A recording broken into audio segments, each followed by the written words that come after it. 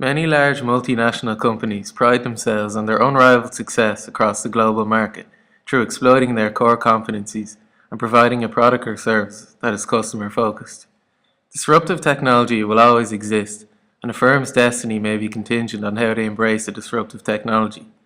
Clayton Christensen rejected the technology mudslide hypothesis, which states that established firms fail because they don't keep up with technological advances of their competitors. Christensen proposes that great firms have their eyes open to disruptive technologies, but their traditional business environment impedes their pursuit of new technologies when they first arise, and allows smaller startup firms with different value networks to exploit the disruptive technology and become market leaders, eventually rendering the established firm's products obsolete. There are a few different kinds of technologies that can affect the future of a company.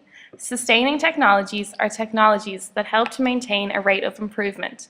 This means that it gives the consumer an updated version of a technology they already find useful. Disruptive technology is a technology that is very different than what consumers have seen before. It creates a completely new market that initially struggles because of the initial quality and lack of foresight of the consumer. The firms are less likely to invest in a disruptive technology because their most profitable customer base are not initially interested in the new product, as it offers less profit return. Management is an integral part of making a firm successful. The management team of a firm works to keep all employees on track and is trained to use their resources to satisfy customer needs. Management who must focus on implementing new strategies is creating a business environment where failure is inherent. A successful firm has established core competencies in a certain field. By introducing new technologies, there is a large risk that companies will not be able to adapt to the new processes. This high level of risk tolerance is often contrary to the views of most shareholders who are used to a steady return on investment. Job security is a core motivator for employees, and losing this morale can lead to a loss in productivity. When Apple first entered the market in 1977 with the Apple I, it was not a successful venture, and it took many years for the firm to rebound and become the world leader in innovation that it is today.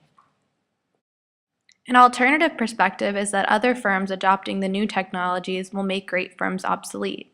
Stalling the uptake of new technologies and the exploitation of potential markets can cause firms to lose their competitive advantage.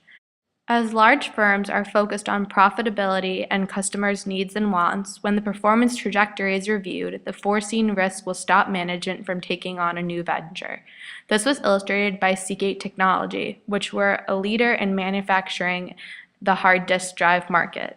When new hard drive technology was released, their largest customer, IBM, decided they did not have an interest because it did not satisfy their customers' needs. A low sales forecast prompted them to shelf the idea because they felt the profit margins on their existing products could not be rivaled. Unfortunately, this was not the case, and the new company launched the product, creating a new market. Seagate reacted with a defensive response, but they could not compete with the dominant position of the early movers in the new market. This was also seen with the emergence of Netflix.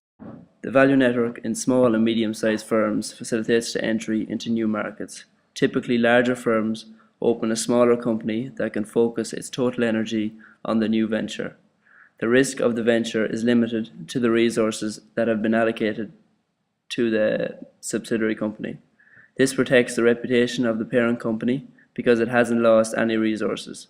For example, the project Guide Me to Singapore has a scheme called Singapore Subsidiaries that allows firms to set up new small businesses in order to establish a presence in Singapore. The subsidiary can enjoy Singapore's tax benefits, and the overall expenses for such projects are low and give the parent company competitive advantage. The original company's liabilities are limited and the assets remain protected, as well as benefiting from Singapore's thriving technological market. To conclude, we have seen how disruptive technologies can cause great firms to fail.